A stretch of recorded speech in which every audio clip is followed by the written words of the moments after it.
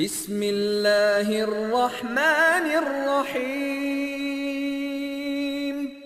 আবু হুরায়রা রাদিয়াল্লাহু তাআলা আনহু বলেন, রাসূল সাল্লাল্লাহু আলাইহি ওয়াসাল্লাম বলেছেন, সাল্লু কামা রাআইতুমুনি উসাল্লি। তোমরা সালাত আদায় করো যেভাবে আমাকে সালাত আদায় করতে দেখছো। বুখারী মুসলিম। সম্মানিত দর্শক মণ্ডলী, আল্লাহ রাসূল তো বললেন যে তোমরা সালাত আদায় করো যেভাবে আমাকে সালাত আদায় করতে দেখছো। তো এখন তো আল্লাহ রাসূল আমাদের মাঝে নেই, তা আমরা কিভাবে সালাত আদায় করতে পারি যেটা রাসূলের পদ্ধতির সাথে মিল খাবে?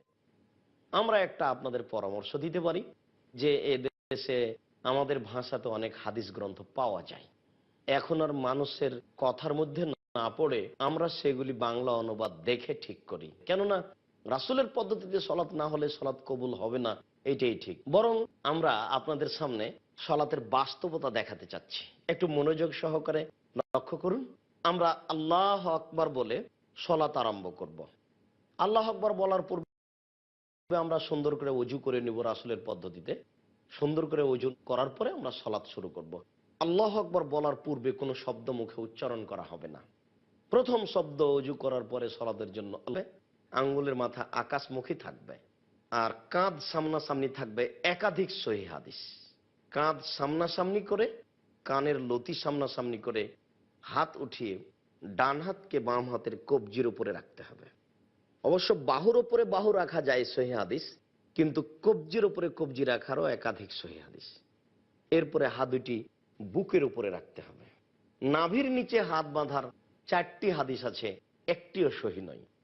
এই জন্য আমরা এখানে আপনাদের কাছে একটা জোরালো অনুরোধ রাখবো, যেটা সহিহ সেটাই পালন করার চেষ্টা করি, আল্লাহ কবুল করুক। এভাবে বুকে হাত বাঁধার পরে সর্বপ্রথম আমাদের সেটা হচ্ছে দোয়া, যেই দোয়াতে আল্লাহ তাআলা সন্তুষ্ট হবেন। দোয়া অনেক আছে, আমরা বলতে পারি সুবহানাকা আল্লাহুম্মা ওয়া বিহামদিকা ওয়া তাবারাকা ইসমুকা ওয়া তাআলা জাদ্দুকা ওয়া লা ইলাহা গায়রুক, এই বাক্য আমরা বলতে পারি। অবশ্য এটাও আমরা দোয়া বলতে পারি, খুব গুরুত্বপূর্ণ তথ্যবহুল দোয়া। আল্লাহুম্মা বাঈদ বাইনি ওয়া বাইনা খাতায়ায়া কামা বা'আদতা বাইনাল মাশরিক ওয়াল মাগরিব। আল্লাহ, তুমি আমাকে আর আমার পাপকে অত দূরত্বে রাখো পূর্ব এবং পশ্চিমকে তুমি যত দূরত্বে রেখেছো। আল্লাহুম্মা নাক্কিনি মিনাল খাতায়া কামা ইউনাক্কা সাওবুল আবিজ মিনাদ দানাস। আল্লাহ, তুমি আমার পাপকে ধুয়ে পরিষ্কার করে দাও যেমন ভাবে সাদা কাপড়কে ময়লা থেকে ধুয়ে পরিষ্কার করা হয়। আল্লাহুম্মা গসিল খাতায়া বিল মাই ওয়াস সালজি ওয়াল বারাদ। আল্লাহ, তুমি আমার পাপকে একেবারে তুষার দিয়ে বরফ দিয়ে ধুয়ে পরিষ্কার করে দাও। এই দোয়া পড়ার পরে আমরা বলবো আউযু বিল্লাহি মিনাশ শাইতানির রাজিম, মারদুদ বিতাড়িত শয়তান থেকে পরিত্রাণ চাচ্ছি। বিসমিল্লাহির রহমানির রহিম, পরম দাতা দয়ালুর নামে আরম্ভ করছি। আলহামদুলিল্লাহি রাব্বিল আলামিন, বিশ্ব জগতের প্রতিপালকের প্রশংসা। আর রহমানির রহিম, তিনি হচ্ছেন পরম দাতা দয়ালু। মালিক ইয়াউমিদ্দিন, তিনি হচ্ছেন বিচার দিনের মালিক। ইয়াকা না'বুদু, একমাত্র তোমার ইবাদত করছি। ওয়া ইয়াকা নাস্তাঈন, একমাত্র তোমার নিকটে সাহায্য চাচ্ছি। ইহদিনাস সিরাতাল মুস্তাকিম, তুমি আমাকে সোজা সঠিক সরল পথ দেখাও। সিরাতাল্লাযীনা আন'আমতা আলাইহিম, ওই পথ দেখাবে তুমি যেই পথের প্রতি অনুগ্রহ করেছো, দয়া করেছো। গায়রিল মাগযুবি আলাইহিম ওয়ালাদ-দাল্লিন, ওদের পথ তুমি দেখায়ও না যাদের প্রতি তুমি অসন্তুষ্ট হয়েছো। যারা পথভ্রষ্ট হয়েছে তাদের পথ তুমি দেখায়ও না। আমিন। দীর্ঘ সময় ধরে তোমার দরবারে যে প্রার্থনা করলাম, আল্লাহ তুমি এই প্রার্থনা কবুল করো। সম্মানিত দর্শক মণ্ডলী, একাধিক সহিহ হাদিস দ্বারা প্রমাণিত যে আমিন জোরে বলতে হবে। সাথে সাথে এটাও প্রমাণিত যে ইমাম মুক্তাদি সবাকে একসাথে আমিন বলতে হবে। তাহলে আপনার ফেরেশতার আমিনের সাথে আমাদের আমিন মিলে গেলে অতীতের সব পাপ ক্ষমা হয়ে যাবে, এ কথা আল্লাহ রাসূল বলেছেন। আমরা যদি এক এক সময়ে আমিন বলি, তাহলে কোন আমিন ফেরেশতার আমিনের সাথে মিল খেলো এটা আমরা বুঝতে পারবো না। আমরা চেষ্টা করব, ইমাম সাহেব যখন বলেছেন আমিন শুরু করেছেন তখন আমরা বলবো। উল্লেখ্য যে চুপে চুপে আমিন বলার প্রমাণে হাদিস ঠিক নয়। এরপরে আমরা বলবো বিসমিল্লাহির রহমানির রহিম, পরম দাতা দয়ালুর নামে আরম্ভ করছি। তারপর যে কোনো একটি সূরা। কুল হুয়াল্লাহু আহাদ, আল্লাহ একক, আল্লাহু সমাদ, আল্লাহ মুখাপেক্ষীহীন, লাম ইয়ালিদ, তিনি কাউকে জন্ম দেননি, ওয়ালাম ইউলাদ, তিনি কারো থেকে জন্ম নেননি, ওয়ালাম ইয়াকুল্লাহু কুফুয়ান আহাদ, তার সমকক্ষ কেউ নেই। এই বলে হাত খুলে আল্লাহু আকবার বলে হাত ওই পর্যন্ত উঠাবো। সম্মানিত দর্শক মণ্ডলী, হাত উঠাতে হবে প্রমাণে অনেক সহিহ হাদিস। হাত উঠাতে হবে না মর্মে একটি অগ্রহণীয় হাদিস আছে। এরপরে হাত উঠিয়ে ছেড়ে দিয়ে আপনি রুকুতে চলে যাবেন। রুকুতে গিয়ে রুকুর দোয়া পড়বেন। সম্মানিত দর্শক মণ্ডলী, রুকুর বিষয়টি হচ্ছে এই যে হাত হাঁটুর উপরে রাখতে হবে এমন ভাবে যাতে করে এই দুটো একেবারে লম্বা, হাতটা যেন সোজা হয়ে থাকে, মধ্যে যেন একটু উঁচু না থাকে। দেখবেন না অনেকে রুকু করে কিন্তু বুঝতে পারে না সে কিভাবে করতে হবে বা জানতে চায় না কিভাবে করতে হবে। অনেক নারীকে দেখা যায় যে বাঁকা হয়ে হাত দুটি শুধু হাঁটুর উপরে রেখে দিয়েছে। জি না, কোমর থেকে নিয়ে সামনের ওজন সম্পূর্ণ হাতের উপরে থাকবে, আর হাত দুটি একবারে রডের মতো সোজা হয়ে থাকবে, আঙ্গুলগুলি খোলা খোলা থাকবে। আঙ্গুলগুলি খোলা অবস্থায় পিঠে লম্বা হাট একেবারে সোজা অবস্থায় আপনি বলুন সুবহান রাব্বিয়াল আযীম। উঁচু আল্লাহর পবিত্রতা বর্ণনা করছি, সুবহান রাব্বিয়াল আযীম। যতবার আপনার ইচ্ছা বলতে থাকেন। নইলে আপনি বলুন সুবহানাকা আল্লাহুম্মা রাব্বানা ওয়া বিহামদিকা আল্লাহুম্মা গফিরলি। হে আল্লাহ, তোমার পবিত্রতা বর্ণনা করছি, তোমার প্রশংসা সহকারে তুমি আমাকে ক্ষমা করো। নইলে আপনি বলবেন সুব্বুহুন কুদ্দুস, তুমি ফেরেশতার প্রতিপালক, তুমি জিবরাইলের প্রতিপালক। আপনি এই দোয়া পড়তে পারেন। অনেক দোয়া, লাকাল হামদ হামদান কাসিরান তাইয়িবান মুবারাকান ফি। আল্লাহ ওই লোকের প্রশংসা শুনলো যে তার প্রশংসা করলো, খুব তার প্রশংসা, বরকতময় তার প্রশংসা। পবিত্র সিজদায় যাওয়ার বিষয়টি আমরা একটু আরো ভালোভাবে দেখি।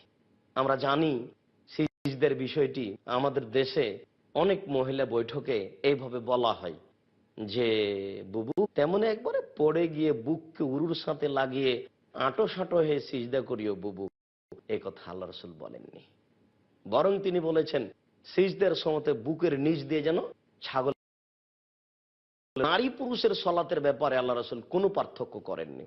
তিনি বলেননি যে নারীর সলাত এইরূপ আর পুরুষের সলাত এইরূপ। সম্মানিত দর্শক মণ্ডলী, আমরা শুনেছি যে অনেকেই এইভাবে সিজদা করতে বলেন। তারা মনে করে যে এত বড় অপছন্দ কথার কি প্রয়োজন আছে।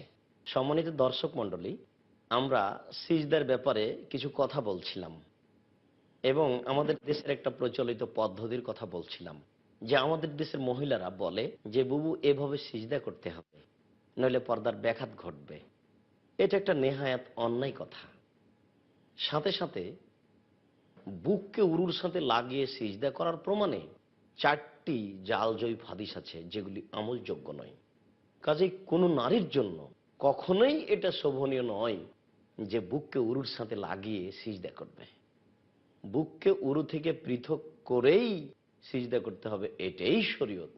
নিতম্ব কিছু মাটি থেকে উঁচু হয়ে থাকবে এবং কোনই দুটি দুই পাশে উঠে থাকবে যাতে করে কোনয়ের পাশ দিয়ে ছাগলের বাচ্চা বের হতে পারে।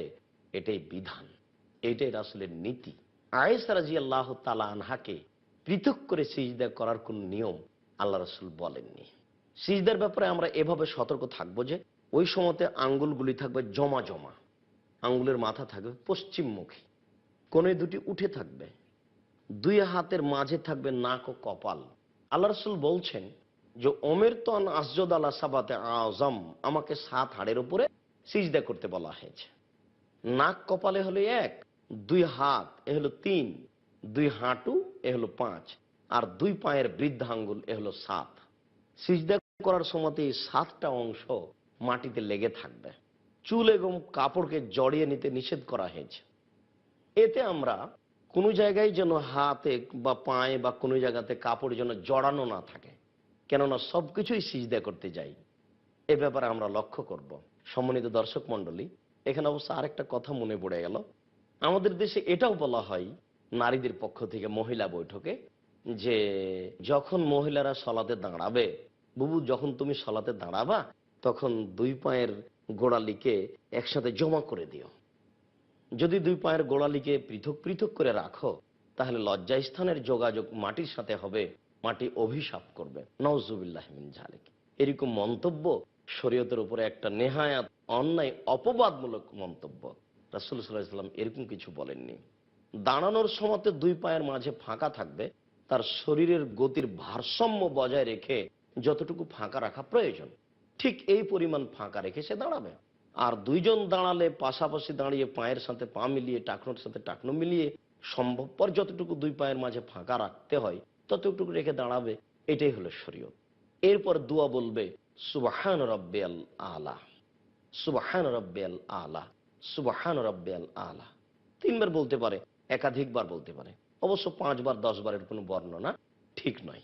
মানুষ তার পরিস্থিতি অনুযায়ী বলবে, আমি উঁচু আল্লাহর পবিত্রতা বর্ণনা করছি, আমি উঁচু আল্লাহর পবিত্রতা বর্ণনা করছি। নইলে সে বলতে পারে সুবহানাকা আল্লাহুম্মা রাব্বানা ওয়া বিহামদিকা আল্লাহুম্মা গফিরলি। সম্মানিত দর্শক মণ্ডলী, সিজদা থেকে উঠে আমরা বলবো আল্লাহুম্মা গফিরলি ওয়ারহামনি ওয়াহদিনি ওয়াগফিরনি ওয়ারযুকনি। হে আল্লাহ, তুমি আমাকে হেদায়েত দান করো, আমাকে খেতে দাও। আল্লাহ, তুমি আমার উপর রহমত নাজিল করো। এছাড়া আমরা আরো দোয়া পড়তে পারি আল্লাহুম্মা গফিরলি, আল্লাহুম্মা গফিরলি, আল্লাহুম্মা গফিরলি। আল্লাহ তুমি ক্ষমা করো, আল্লাহ তুমি ক্ষমা করো, আল্লাহ তুমি ক্ষমা করো। এরপরে আমরা সিজদা থেকে উঠে বসবো। তারপরে আমরা দ্বিতীয় সিজদায় যাব। দ্বিতীয় সিজদা থেকে উঠে আরেক রাকাত পড়ব। সম্মানিত দর্শক মণ্ডলী, আমাদের প্রথম রাকাত থেকে উঠার গতি হচ্ছে এই, সরাসরি উঠে যাব না, সিজদা থেকে উঠে বসতে হবে, বসার পরে উঠতে হবে। এটা হলো পদ্ধতি। আরেক রাকাত পড়লাম, সালামের বৈঠকে বসলাম, অথবা 4 রাকাত পড়লাম, সালামের বৈঠকে বসলাম। প্রত্যেক যেই বৈঠকে সালাম আছে সেই বৈঠকে নিতম্বের উপরে বসা সুন্নাত। অবশ্য যেই সলাতে 2টি বৈঠক আছে সেই সলাতের শেষের বৈঠকে নিতম্বের উপরে বসার কথাও বলা হয়েছে। তো হাদিসে এভাবে এসেছে, প্রত্যেক যে সলাতে সালাম রয়েছে সেই সলাতে নিতম্বের উপরে বসবে। অর্থাৎ 1 রেখাত এভাবে পড়লাম, আর 1 রেখাত পড়ে, বা আর 2 রেখাত পড়ে, বা যখন 4 রেখাত হলো, যাতে আমার সালাম বাম পাকে ডান পায়ের দিকে বের করে দিতে হবে, আর নিতম্বকে মাটির উপরে রেখে দিয়ে বসতে হবে। আর যদি সালামের বৈঠক না হয়, আত্তাহিয়াতুর বৈঠক হয়, তাহলে বাম পায়ের পাতা বিছিয়ে দিয়ে বাম পায়ের পাতার উপরে বসতে হবে, আর ডান পাকে এইভাবে দাঁড় করে রেখে দিতে হবে যেন ওই বৃদ্ধাঙ্গুল ওটা পশ্চিমমুখী থাকে। বৃদ্ধাঙ্গুল পশ্চিমমুখী করে ডান পাকে দাঁড় করে রেখে দিতে হবে। আর যদি সালামের বৈঠক হয় তাহলে বাম পা ডান দিকে চলে আসবে, আর নিতম্ব মাটির উপর রেখে ডান হাতের আঙ্গুলগুলিকে জমা জমা করে ডান হাঁটুর উপরে রাখতে হবে, আর বাম হাতের আঙ্গুলগুলিকে জমা জমা করে বাম হাঁটুর উপরে রাখতে হবে। তবে ডান হাতের আঙ্গুলের রাখার বিষয়টি এইরূপ। সম্মানিত দর্শক মণ্ডলী, একটু দেখুন তো আমরা স্পষ্ট বুঝতে পারি কিনা। প্রথম 2টি আঙ্গুলকে আমরা জমা করি, কনিষ্ঠ এবং তার পরের আঙ্গুল। তৃতীয় আঙ্গুলটাকে টেনে নিয়ে এসে বৃদ্ধা আঙ্গুলের পেটটা তার নখের উপরে লাগাই, আর বৃদ্ধা আঙ্গুলের পাশের আঙ্গুলটা এভাবে রাখি, দাঁড় করে রাখি। এরপরে হাঁটুর উপরে রেখে দিয়ে এই আঙ্গুলটাকে অবিরাম নড়াতে হবে। সম্মানিত দর্শক মণ্ডলী, ইল্লাল্লাহর সময়তে একবার নড়ানোর প্রথা আমাদের দিকে আছে, আমরা এভাবে সলাত আদায় করে আসছি। ইল্লাল্লাহর সময় একবার আঙ্গুল উঠাতে হবে, এ মর্মে দুনিয়াতে কোনো হাদিস নেই, জাল জয় ভুয়া হাদিসও নেই। এইভাবে হাতের আঙ্গুলগুলি জমা করে নিয়ে এই তৃতীয় আঙ্গুলের নখের উপরে বৃদ্ধা আঙ্গুলটা রেখে আঙ্গুলটা এইভাবে অবিরাম নড়তে হবে, নড়াতে হবে। সম্মানিত দর্শক মণ্ডলী, এটাই কিন্তু সলাতের পদ্ধতি, এর বিকল্প পদ্ধতি নেই। এইভাবে আপনি স্বাভাবিক গতিতে ধীর গতিতে নড়াবেন আর বলবেন আত্তাহিয়াতু লিল্লাহি ওয়াস সালাওয়াতু ওয়াত তাইয়্যিবাতু, সমস্ত ইবাদত আল্লাহর জন্য।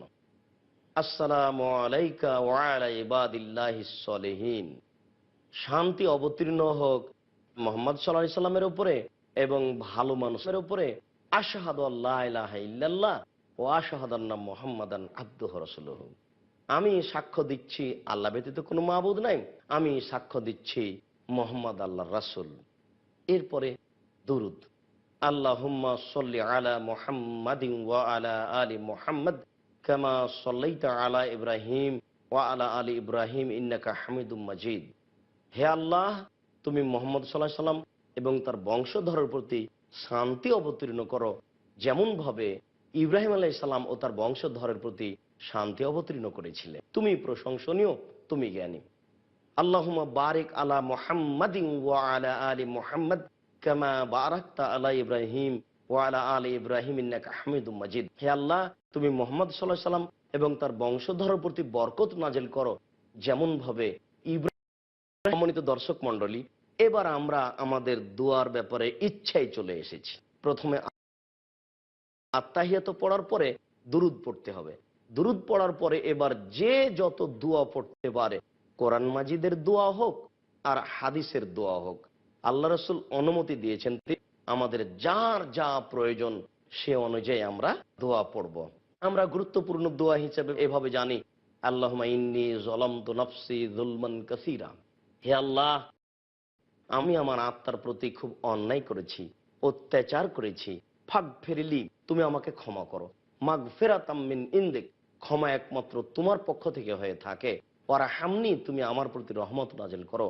ওয়া ইন্নাকা আনতাল গাফুরুর রহিম, তুমি হচ্ছে ক্ষমাশীল, তুমি হচ্ছে দয়াশীল। তুমি ক্ষমা না করলে, তুমি দয়া না করলে কে করবে? আল্লাহুম্মা ইন্নী আউযু বিকা মিন আযাবি জাহান্নাম, আল্লাহ তোমার নিকটে জাহান্নামের শাস্তি থেকে বাঁচতে চাই। ওয়া আউযু বিকা মিন আযাবিল কবর, তোমার নিকটে আমরা কবরের শাস্তি থেকে বাঁচতে চাই। ওয়া নাউযু বিকা মিন ফিতনাতিল মাসিহিদ দাজ্জাল, আমরা তোমার নিকটে দাজ্জালের ফিতনা থেকে বাঁচতে চাই। ওয়া আউযু বিকা মিন ফিতনাতিল মাহি ওয়াল মামাত, আমরা ইহকালে ও পরকালে যত ফিতনা আছে, যত বিপদ আছে, সব বিপদ থেকে বাঁচতে চাই। আল্লাহুম্মা ইন্নী আউযু বিকা মিনাল মাসামি ওয়াল মাগরাম, আল্লাহ তোমার কাছে আশ্রয় চাই বড় পাপ হতে, তোমার কাছে আশ্রয় চাই কর্জ হতে, জীবনে যেন কোনো কর্জ উপরে না চেপে যায়, এইগুলি থেকে আশ্রয় চাই। সম্মানিত দর্শক মণ্ডলী, আমরা কোরআনের যত দোয়া মুখস্থ আছে সেগুলি আমরা বলতে পারি। গুরুত্বপূর্ণ দোয়া যেমন আমরা বলতে পারি, রব্বি ইন্নী যালামতু নাফসি ফাগফিরলি। সারা জীবন মুসা আলাইহিস সালাম বলেছিলেন, প্রতিপালক, আমি আমার প্রতি অত্যাচার করেছি, তুমি দয়া করে আমাকে মাফ করো। রব্বি ইন্নী যালামতু নাফসি ফাগফিরলি, প্রতিপালক, আমি আমার প্রতি অত্যাচার করেছি, তুমি আমাকে মাফ করো। রব্বানা যালামনা আনফুসানা ওয়া ইল্লাম তাগফির লানা ওয়া তারহামনা লানাকুনান্না মিনাল খাসিরিন। আদম আলাইহিস সালাম এবং তার স্ত্রী দুইজন মিলে বলতে থাকলেন, প্রতিপালক, আমরা দুইজন আমাদের প্রতি অত্যাচার করেছি, আমরা নিজেদের প্রতি অন্যায় করেছি, তুমি আমাদের প্রতি দয়া করো, তুমি আমাদেরকে মাফ করো, নইলে আমরা ক্ষতিগ্রস্তদের অন্তর্ভুক্ত হয়ে যাব। মুসা আলাইহিস সালাম বললেন, রব্বিগফির ওয়ারহাম ওয়া আনতা খায়রুর রাহিমিন, প্রতিপালক, তুমি দয়া করো, তুমি ক্ষমা করো, তুমি যে বড় দয়াবান, তুমি যে বড় ক্ষমাবান, তুমি ক্ষমা না করলে, তুমি দয়া না করলে কে দয়া করবে, কে ক্ষমা করবে? আপনি বলতে পারেন যে আন্নি মাসানিয়া জুররু ওয়া আনতা আরহামুর রাহিমিন, প্রতিপালক, আমি বড় ক্ষতিগ্রস্ত, তুমি বড় দয়াবান। প্রতিপালক, আমি বড় অপরাধী, তুমি বড় দয়াবান। আপনি এই আয়াতটাও বলতে পারেন প্রত্যেক সালামের পূর্বে, রব্বানা আতিনা ফিদ দুনিয়া হাসানাতাও ওয়া ফিল আখিরাতি হাসানাতাও ওয়া কিনা আযাবান নার। হে আল্লাহ, তুমি আমাদেরকে ইহকালে কল্যাণ দাও, পরকালে কল্যাণ দাও। আল্লাহ, তুমি আমাদেরকে জাহান্নামের কঠোর ও কঠিন শাস্তি থেকে বাঁচাও। আপনারা এই দোয়াটা যখন তখনই বলার চেষ্টা করুন। সম্ভব হলে প্রত্যেক সালাতের সালামের পূর্বে এই আয়াতটা পড়ার চেষ্টা করুন। আল্লাহ রাসূল সালামের পূর্বে এই আয়াতটা পড়তেন, আর তিনি নিজে বেশি বেশি এই দোয়াটাই পড়তেন, রব্বানা আতিনা ফিদ দুনিয়া হাসানাতাও ওয়া ফিল আখিরাতি হাসানাতাও ওয়া কিনা আযাবান নার। এরপরে আসসালামু আলাইকুম রাহমাতুল্লাহ, আসসালামু আলাইকুম রাহমাতুল্লাহ। সম্মানিত দর্শক মণ্ডলী, এ হচ্ছে সংক্ষিপ্ত সালাতের বিবরণ। এখন যা হবে তা জিকির, আল্লাহু আকবার, এটা হলো প্রথম জিকির। আস্তাগফিরুল্লাহ, আস্তাগফিরুল্লাহ, আস্তাগফিরুল্লাহ। আল্লাহুম্মা আনতাস সালাম ওয়া মিনকাস সালাম, তাবারাকতা ইয়া যাল জালালি ওয়াল ইকরাম, লা ইলাহা ইল্লাল্লাহু ওয়াহদাহু লা শারীকা লাহু, লাহুল মুলকু ওয়া লাহুল হামদু ওয়া হুয়া আলা কুল্লি শাইইন কাদির। আল্লাহুম্মা লা মানিয়া লিমা আতাইতা ওয়া লা মুতিয়া লিমা মানাতা ওয়া লা ইয়ানফাউ জাল জাদ্দি মিনকাল জাদ। আরো অনেক দোয়া আছে। বিশেষভাবে আয়াতুল কুরসি পড়তে ভুলবেন না। আল্লাহর নবী বলেছেন যে ফরজ সালাতের পরে কেউ যদি আয়াতুল কুরসি পড়ে তাহলেও জান্নাতে চলে গেছে, ঠেকিয়ে রেখেছে তার মরণ, মরলেই জান্নাতে যাবে। সম্মানিত দর্শক মণ্ডলী, সালামের পরে আপনারা আয়াতুল কুরসি পড়ুন। আয়াতুল কুরসির পরিণাম হচ্ছে যে মরার পরই পরই জান্নাত। সম্মানিত দর্শক মণ্ডলী, আমরা যেভাবে সালাতের বিবরণ দিলাম, আশা যে আপনারা আরো 5টা বইয়ের সাথে মিলিয়ে এইভাবে বিবরণটা জেনে শুনে রাসূলের পদ্ধতিতে সালাত আদায় করবেন, যে সালাত আল্লাহ কবুল করবেন, যার বিনিময়ে আমরা জান্নাত লাভ করব। আল্লাহ তুমি আমাদেরকে কবুল করো, আল্লাহুম্মা আমিন। আমাদের সলাৎ যেভাবে পড়লে তুমি কবুল করবে সে সলাৎ আমাদেরকে শিখিয়ে দাও, আল্লাহুম্মা আমিন। এই দাবি, এই দাওয়া তোমার দরবারে রেখে আমরা সংক্ষিপ্ত আলোচনা এখানে শেষ করছি। আসসালামু আলাইকুম রহমতুল্লাহ।